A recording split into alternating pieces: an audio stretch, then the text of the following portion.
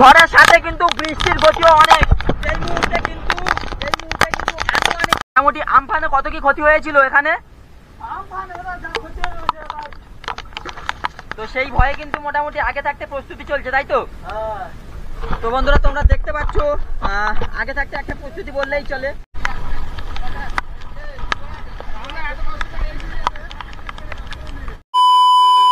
তো বন্ধুরা ঘড়ির কাঁটায় এই মুহূর্তে প্রায় বিকাল 3:30 নাগাদ বাজতে যায়, আর আমি এখানে দাঁড়িয়ে রয়েছি আমাদের হুগলি নদীর ঠিক তীরে।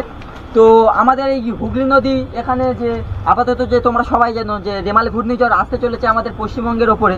তো এই ঝড়ে কতটা কি ক্ষতি হতে পারে, এই মুহূর্তে আমাদের নদীর এখানে কীরকম অবস্থা, তো সেটাই কিন্তু আজকে তোমাদের কাছে দেখাবো।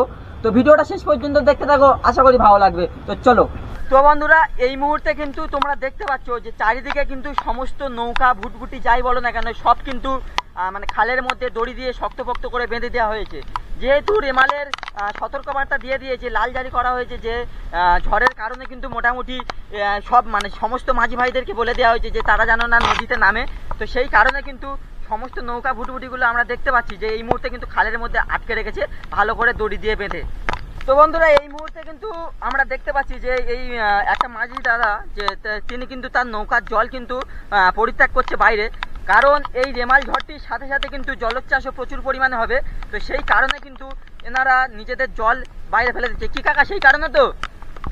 তো এই মুহূর্তে দেখতে পাচ্ছ কাকা মানে নৌকা থেকে নৌকার জলগুলো কিন্তু বাইরের দিকে ফেলে দিচ্ছে, যার কারণে পরবর্তীকালে এখানে জলোচ্ছ্বাসে জল যদি বেড়ে যায় যাতে না নৌকাটা বা এই যে ভুটভুটিটা ডুবে না যায়।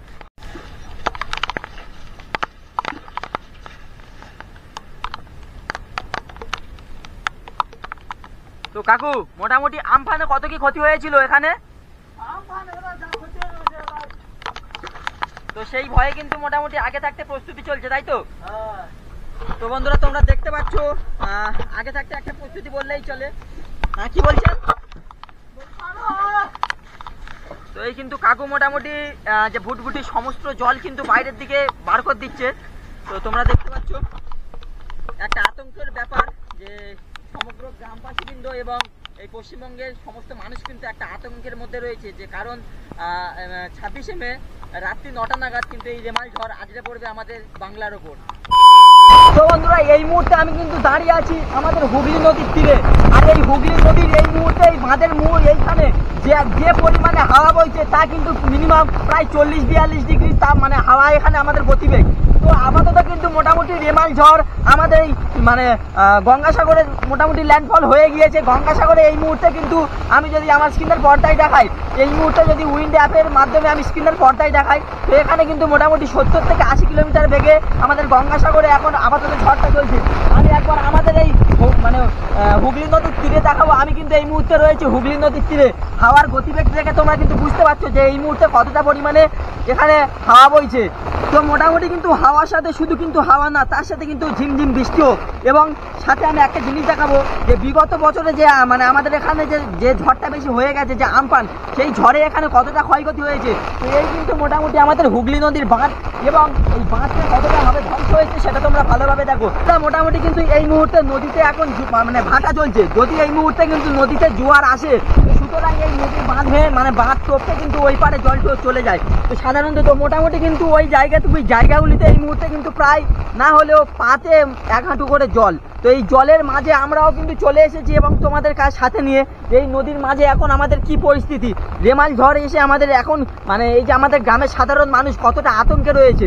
বন্ধুরা তোমাদের প্রশ্ন হতেই পারে যে এইরকম বৃষ্টির মধ্যে আমি ভিজে কেনই বা ভিডিও বানাচ্ছি। প্রথম কথা, দুপুরবেলা আমি স্নান করিনি। হ্যাঁ একদমই তাই, দুপুরবেলা আমি স্নান করিনি। আর দ্বিতীয় কথা, ভিডিও করা আমার কাজ এবং সেই ভিডিওকে তুলে ধরা তোমাদের কাছে আমার কর্তব্য। তো এই মুহূর্তে কিন্তু তাই সেই কারণে যেহেতু ঝড় কিন্তু আমাদের সুন্দরবনের কাছাকাছি এখন রয়েছে মানে গঙ্গাসাগরে রয়েছে, তো আমাদের এখানে ল্যান্ডফল হতে মোটামুটি প্রায় এখনো রাত 9টার মতো বাজবে। সুতরাং কিন্তু আমরা এই মুহূর্তে ওই জন্য এসেছি এখানে। আমি একবার দেখাবো যে নদীর বাঁধ কতটা মানে উচ্চতা। তো এই মুহূর্তে কিন্তু আমি দাঁড়িয়ে না যে আমার হাইট ছিল না, নদীর বাঁধ তোমরা দেখে বুঝতে পারছো যে নদীর বাঁধ কতটা উচ্চতায় ছিল। এই নদীর বাঁধ কিন্তু আমফানে ভেঙে এখন নদীর মাঝে চলে গিয়েছে।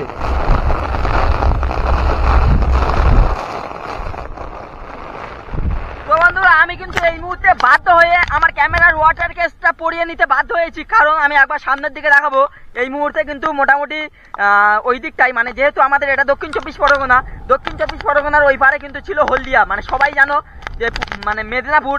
তো এই মুহূর্তে কিন্তু কুয়াশার কারণে, মানে কুয়াশা অ্যাকচুয়ালি নয়, বৃষ্টির কারণে কিন্তু পুরো নদীটাকে আর দেখাই যাচ্ছে না, সরি নদীর ওই পারটাকে কিন্তু দেখা যাচ্ছে না। আর কতটা তীক্ষ্ণ স্রোতে হাওয়া হচ্ছে সেটা তোমাদেরকে একবার দেখাবো। আমার মামা এই মুহূর্তে কিন্তু ক্যামেরা ধরেছিল, তো মামার অবস্থা দেখতে হচ্ছে, ছাতা এই মুহূর্তে ঝড়, মানে নদীর বাঁধে যে হাওয়া ঝড়, মানে কি বলে ঝড়ের হাওয়া গতি তোমরা দেখো, শুধু খালি গাছের পাতাগুলো কেমনিভাবে নড়ছে। তো এই কিন্তু মোটামুটি হুগলি নদীর বাঁধ, এই অবস্থা আমাদের হুগলি নদীর চারিদিকে কিন্তু কুয়াশাচ্ছন্ন হয়ে রয়েছে বৃষ্টির কারণে। ঝড়ের সাথে কিন্তু বৃষ্টির গতিও অনেক। এই মুহূর্তে কিন্তু আনুমানিক প্রায় 40 থেকে 50 কিলোমিটার বেগে এখানে হাওয়া হচ্ছে। তো বন্ধুরা আমরা কিন্তু এই মুহূর্তে বাড়ির দিকে রওনা দিচ্ছি। কতটা হাওয়া তোমরা দেখতে পাচ্ছ, শুধু খালি হাওয়াটা দেখো।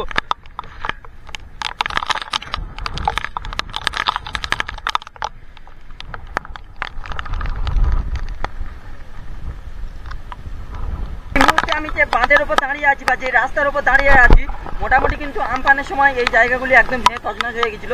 আমি কিছু ভিডিও ফুটেজ বা ফটো তোমাদেরকে দেখাচ্ছি স্ক্রিনের পর্দায়, সেটা তোমরা দেখো যে আমফানে এখানে কতটা ক্ষতি হয়েছিল।